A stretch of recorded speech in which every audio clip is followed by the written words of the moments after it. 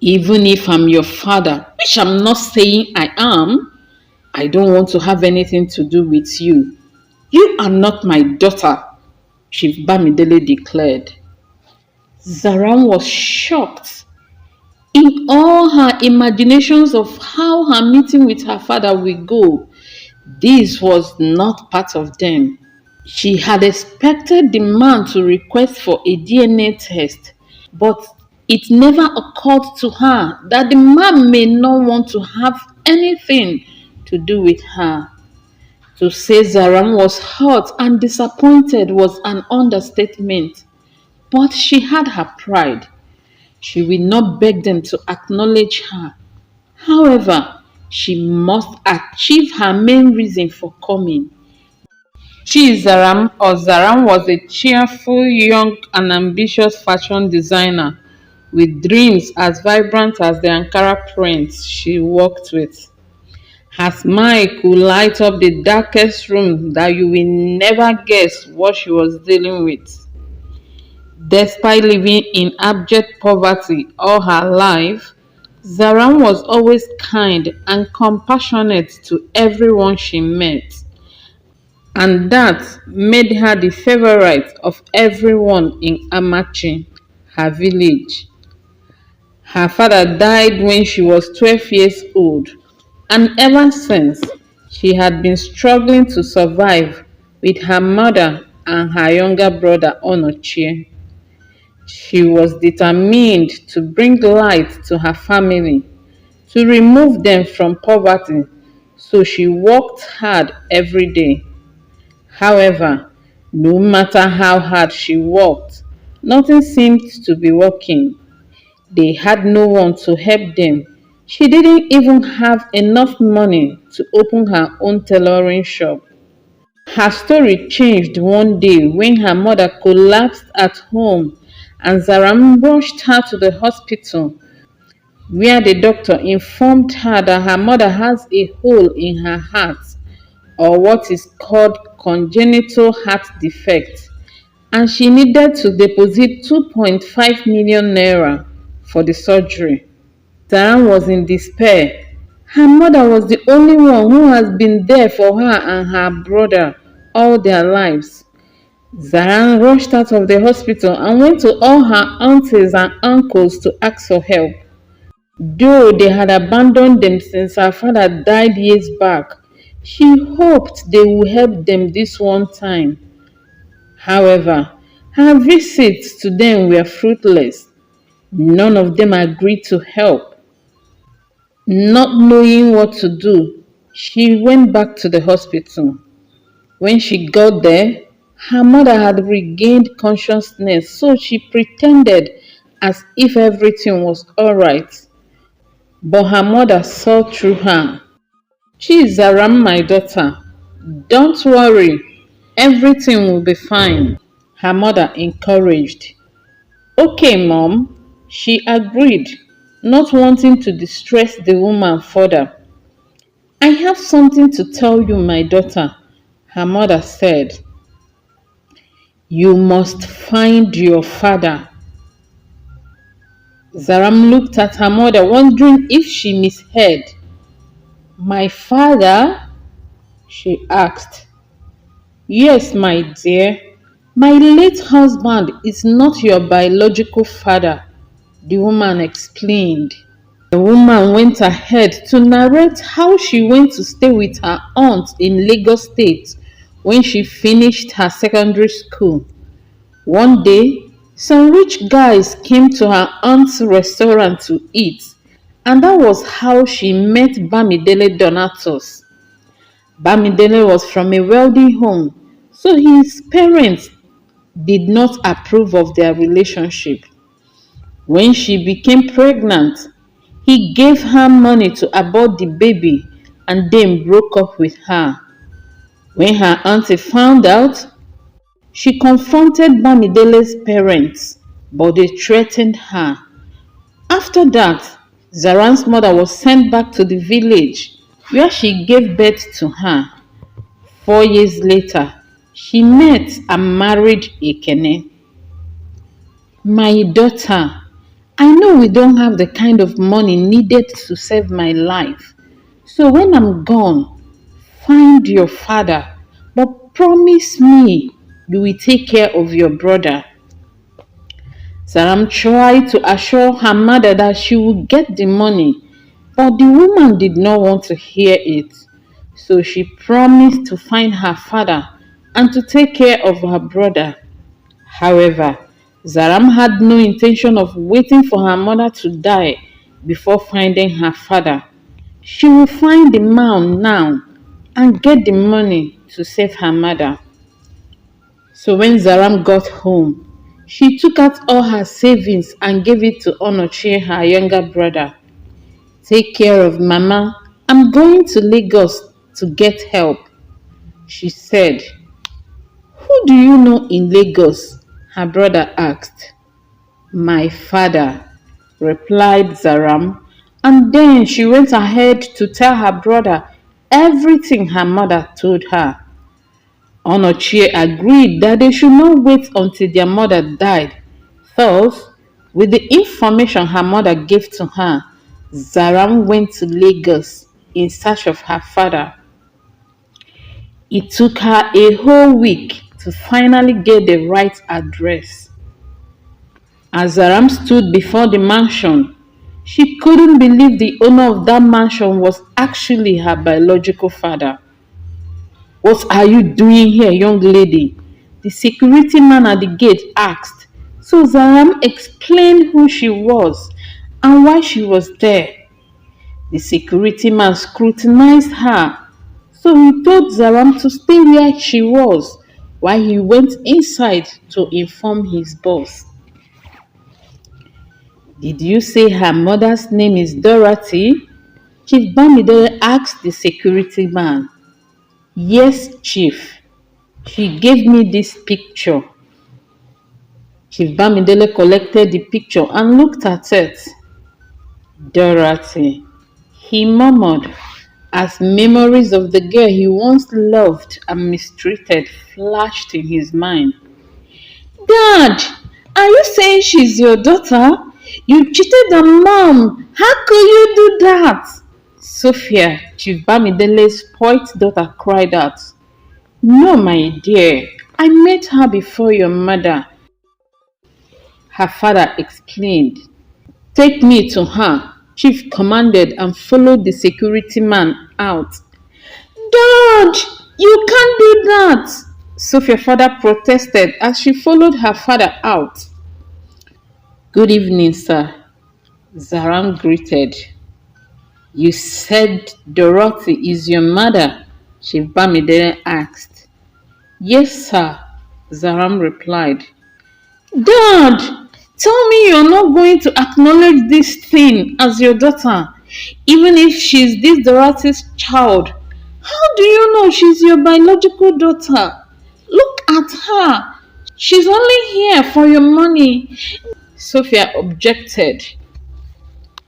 We can do a DNA test, Zaram offered. Dad, it doesn't even matter if she's your blood or not. What will people say if they find out you're related to someone like her? That will be the biggest scandal of the year. Our company stock will crash. No one will want to do business with us. Chief Bamidele was thinking the same thing. The damage the presence of Zaram will do to his reputation and his business. And he was not willing to take such risk for anyone. Even if I'm your father, which I'm not saying I am, I don't want to have anything to do with you. You are not my daughter, Chief Bamidele declared. Zaram was shocked. In all her imaginations of how her meeting with her father will go, this was not part of them.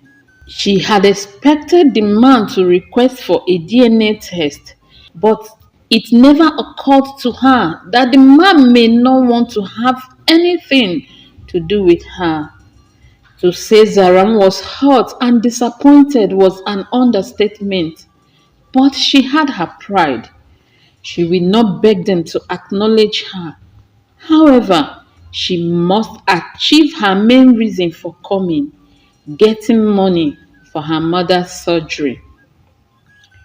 It's okay if you don't want to acknowledge me, but I need money to save my mother's life.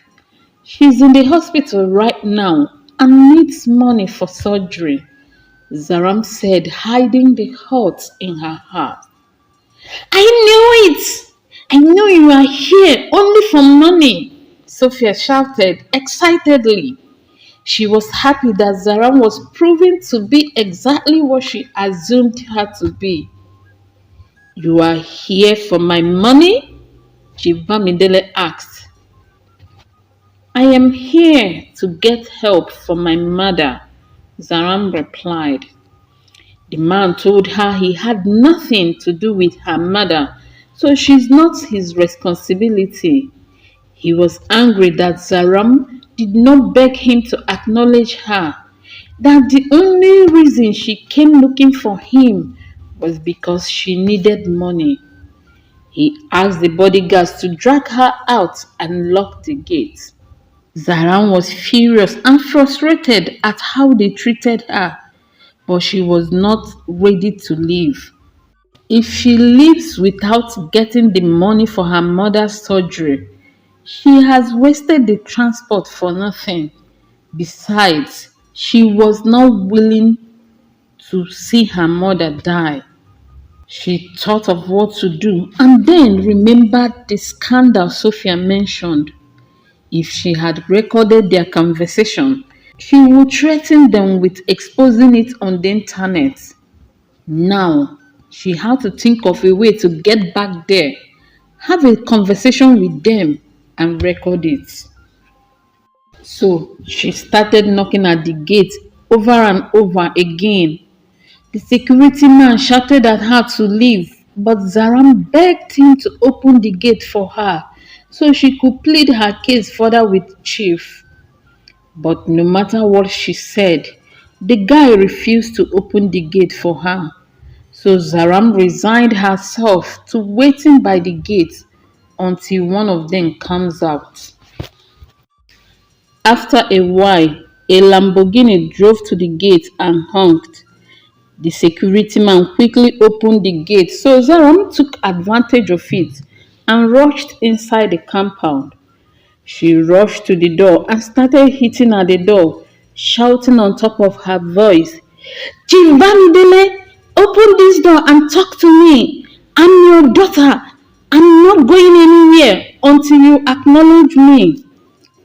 The two bodyguards stationed outside, who had been distracted by the visitor, rushed forward to take care of Zaram.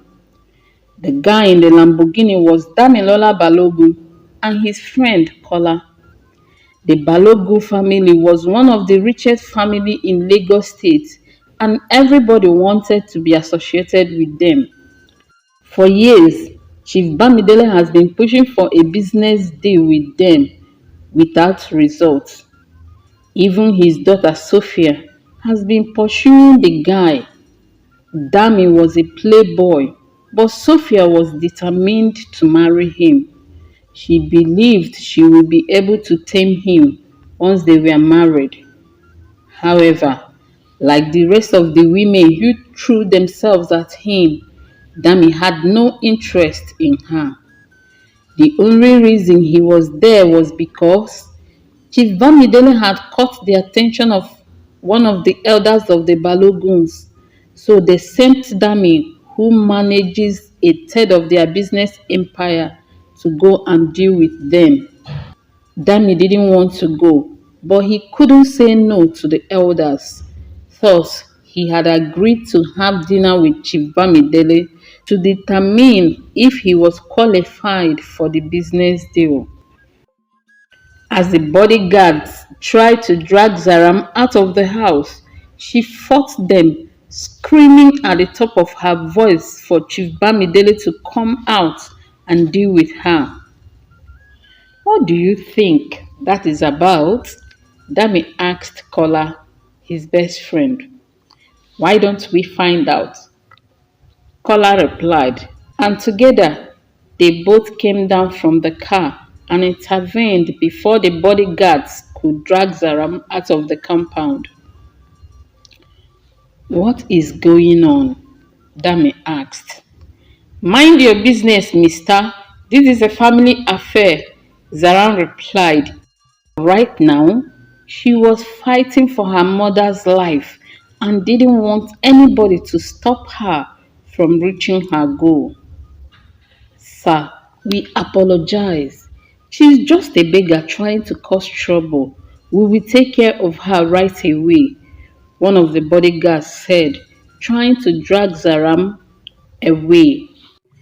It is you who is a beggar. Tell your Oga to come out and deal with me, or I will splash my story on the internet for everyone to read, Zaram threatened loudly. I ask again, what is the problem? Dami asked. He was intrigued by the situation. Maybe I could help, he said with a smile. Where others saw poverty and irritation, he saw beauty, bravery, and stubbornness. At his question, Zaram realized she should be making use of them instead of antagonizing them. My name is Zaram. Chief Bamidele is my biological father, but he is refusing to acknowledge me. He won't even go for a DNA test. Dami and Kola were shocked. That wasn't what they expected to hear.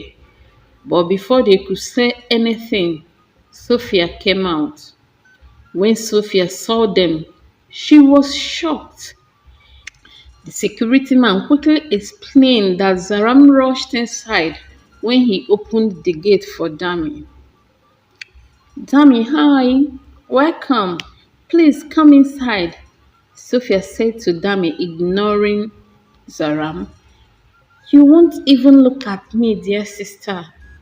You look down on me because of the way I look. Do you think you will look better than me if I have access to our father's money? Zaram was deliberately trying to provoke Sophia, and she was not disappointed. Sophia, who had never learnt restraint, responded immediately.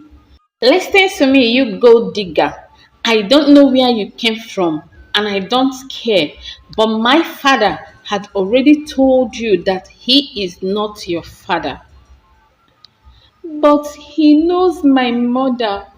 Why won't he consent to a DNA test? Zaram said, sounding pitiful. Do you know he told my mother to get rid of me? How will you feel if you are in my shoes? I will never be in your shoes. You and your mother are gold diggers. Listen to me, you fool. It doesn't matter whether my father is your biological father or not. He will never acknowledge you, Sophia declared, then asked the bodyguards to take Zarame away. Tell Chief Bamidele Donatus that he has not heard the last of me. I will be back, Zaram declared. He then turned and left without waiting for the bodyguards to escort her. She had already gotten what she needed, so there was no need to stay. Sophia apologized to Dami and his friend and ushered them inside. This was a great opportunity for her, and she had no intention of losing it because of some village girl. During their meal, she flirted shamelessly with Dami, but his mind was occupied by Zaram. After dinner, Dami went into Chief Bamidele's private study for their business discussion. The girl I met earlier, is she really your daughter? Dami asked Chief in the middle of their discussion. Think carefully before you reply, he warned. Chief Bamidele did not know why he asked or what he expected his answer to be, so he decided to be honest. I know her mother. She was pregnant for me once, but I told her to get rid of it. The girl is the right age, so she could be my daughter, the man explained. But you have no intention of acknowledging her? Dami asked. I can't, Chief replied, not willing to risk his reputation for the girl. Dami then told him that the elders has given him the right to decide if there will be a business deal between them. So it depends on him. Chief Bamidele asked what his conditions were, and Dami informed him that he wants him to accept Zaram as his daughter, give her a total makeover, then send her to his villa. Chief Bamidele was surprised. He asked him why he wanted him to do so, what he saw in Zaram that he didn't see in Sophia. But Dami told him that it is not his business.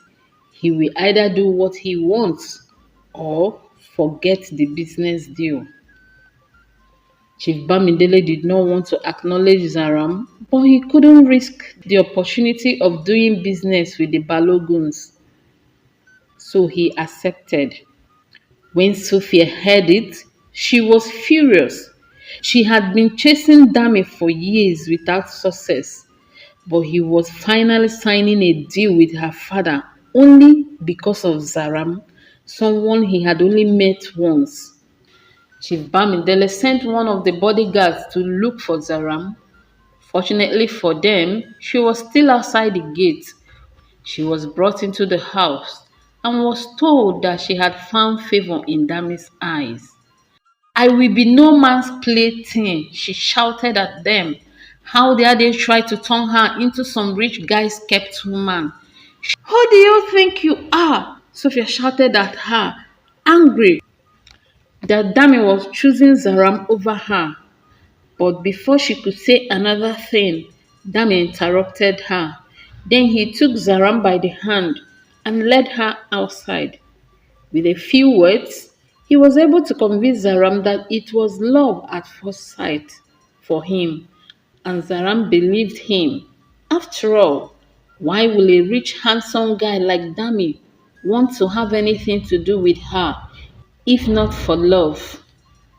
Zaram was excited. She was like a Cinderella being swept away by her Prince Charming. Before agreeing to anything, however, she told Dami about her mother's condition, so he instructed Chief Bamidele to take care of it.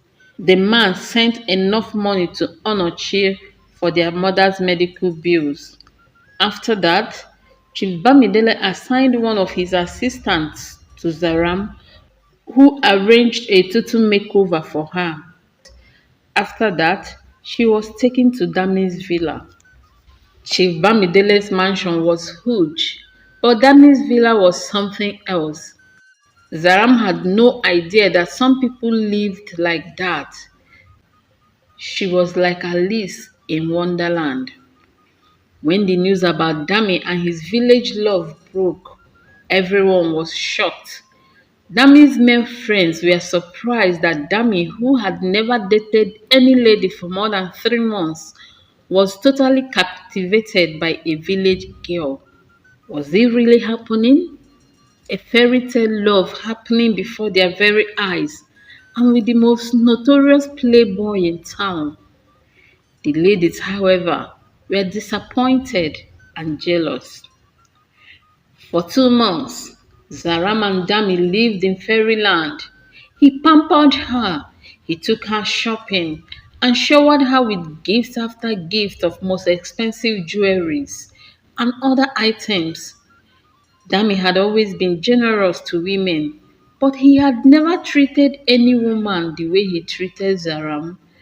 She was completely swept away and totally in love with him.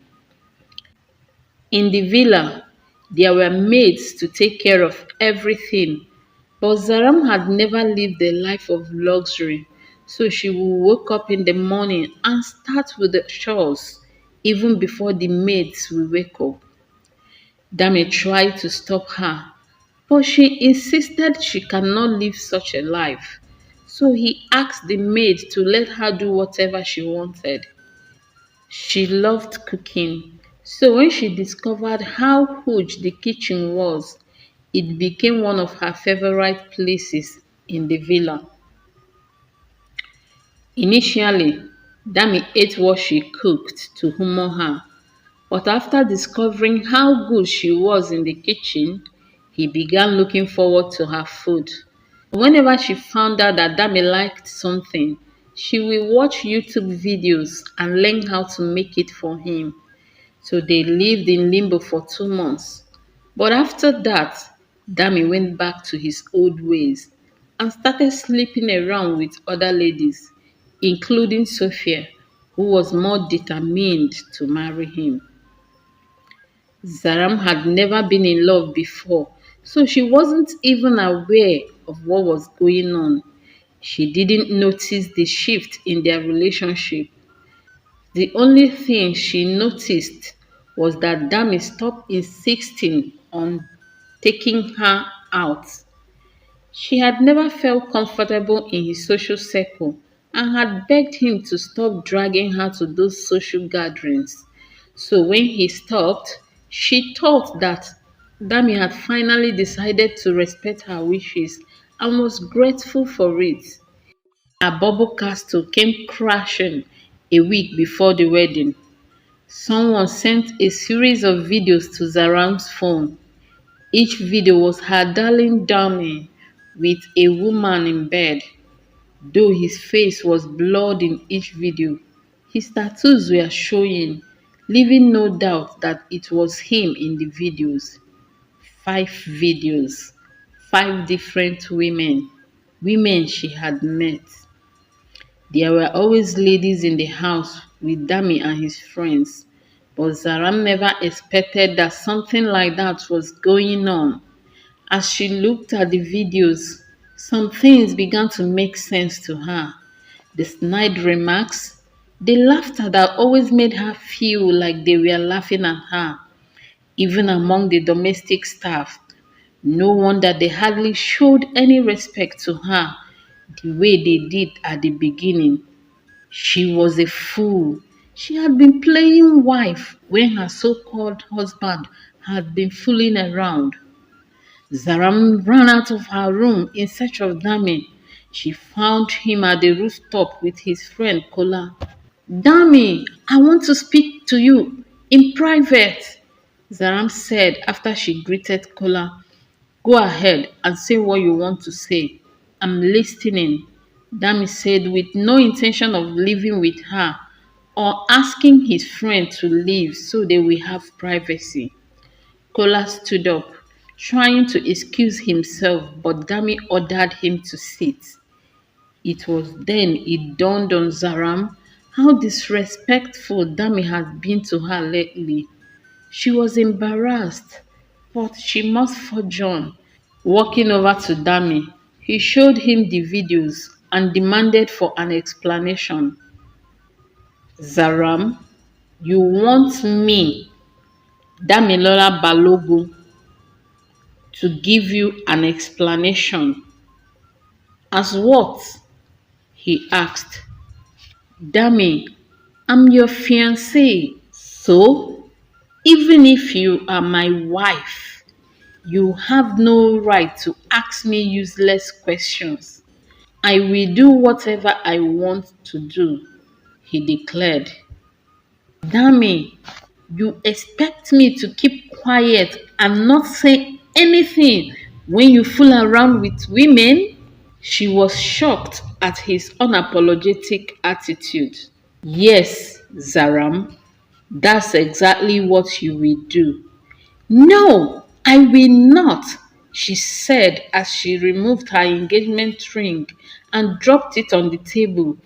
I'm done with you, Damilola Balogun, she declared. And Dami burst into laughter at her declaration. You are done with me? No, lady, you are done only when I say you are done. No woman breaks up with me. I do the breaking up. At that point, Zaram didn't care at all. All she wanted was to get far away from him, so she told him to go ahead and announce their breakup, but she was done. No way will she marry a man who will disrespect her like that. It doesn't matter how wealthy he is. You are not done, Zaram. Listen to me. Come Saturday, we will get married and you will be happy being my wife, Dami declared. I will not marry you, Zaram shouted at him stubbornly. Dami stood angry. You will do as I say, or your mother and your brother will simply disappear. Now, get out. He threatened in a voice she had never heard him use before. Zaram stood there trembling. She stared at him and the blinders in her eyes finally fell off. Before her stood a man she didn't know, a monster who was threatening to kill her family if she dared to disobey him. He couldn't be the same man who had romanced her and swept her off her feet, despite the vast difference in their social status. Get out! Dami shouted at her and she quickly hurried out, tears flowing down her cheeks.